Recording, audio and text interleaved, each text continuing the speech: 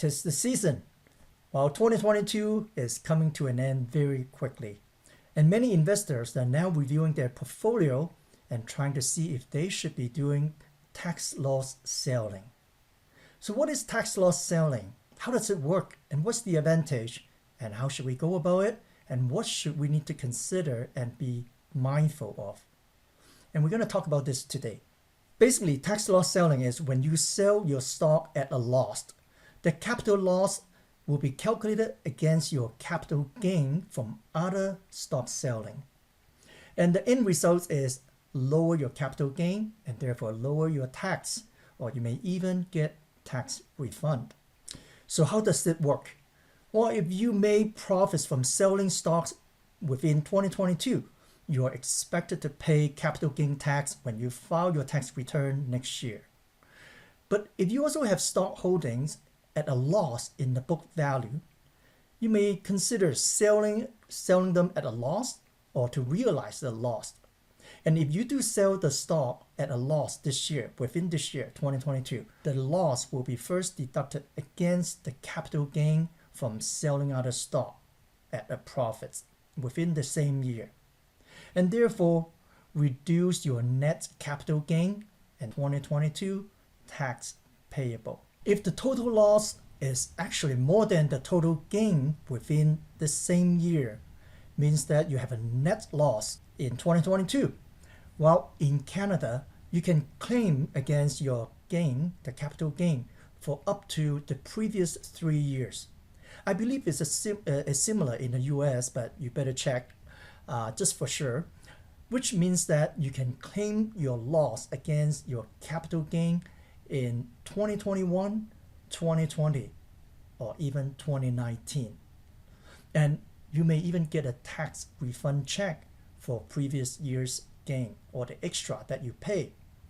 So if you had traded or sold stocks or options in the previous bull markets and made a lot of profits, hopefully that's the case for you.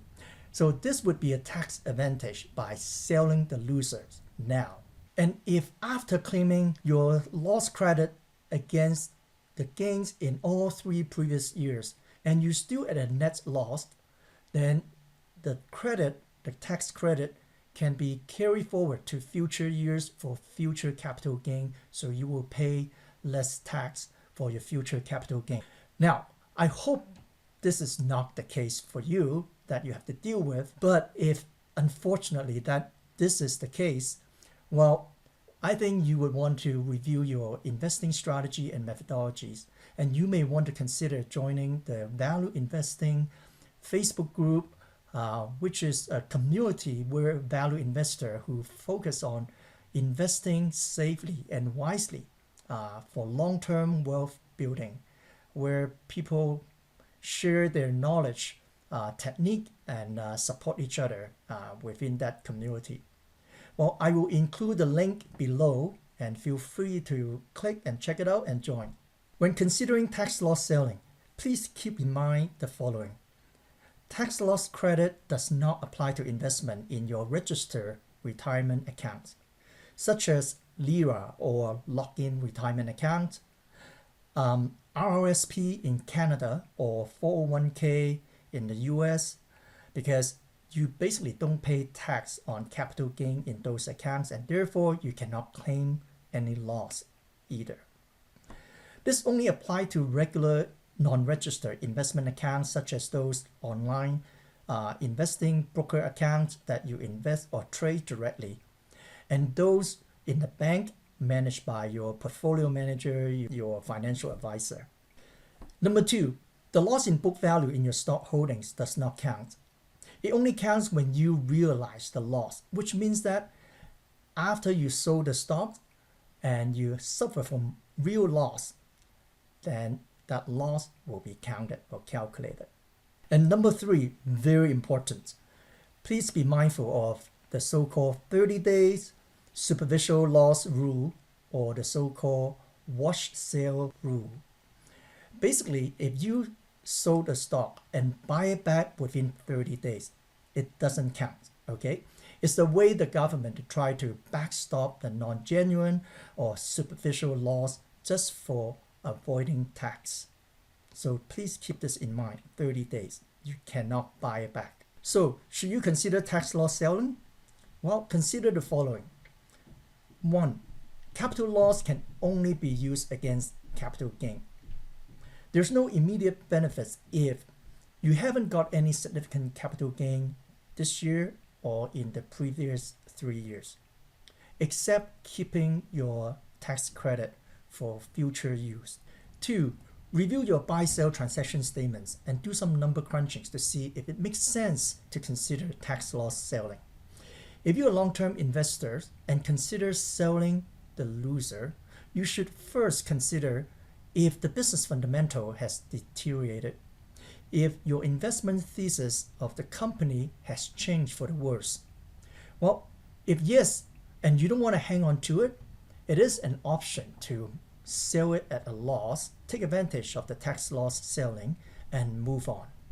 On the other hand, if you believe that the share price of your holdings drop as a result of the macro market environment, and that the companies remain fundamentally sound, remain great and wonderful business, and will recover and grow again in the long term, then you may not want to sell it just for the sake of getting the tax credit and ended up have to buy it back later or in the future at a higher price.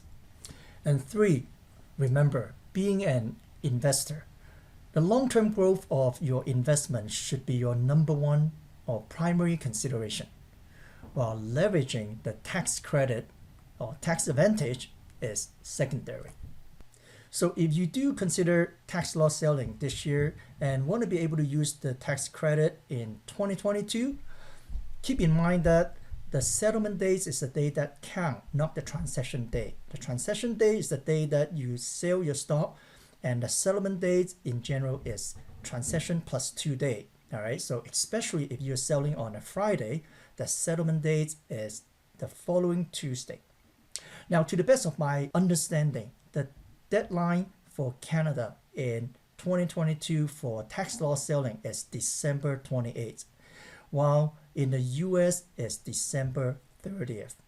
Now be careful, December 30th is Friday, so the settlement doesn't take place until January. So double check, go to CRA and IRS websites and check with your local tax authority in your own country. Talk to your accountant and double check to make sure. But I would say the bottom line is don't leave it until the last day, the last week. Plan and act early. Finally, and again, you should get a full understanding by consulting with your bank accounts manager, your accountants, or go to the website, pick up the phone and call CRA in Canada or IRS in the US or whatever tax authorities in your respective country. And make sure that you do it properly. Well, I hope this video is helpful to you. If you enjoyed this video, please share with others. Like and subscribe. Don't forget to turn on the notification bell so you don't miss other video. You can also join the Value Investing Facebook group where there will be more material to help you in your investing journey.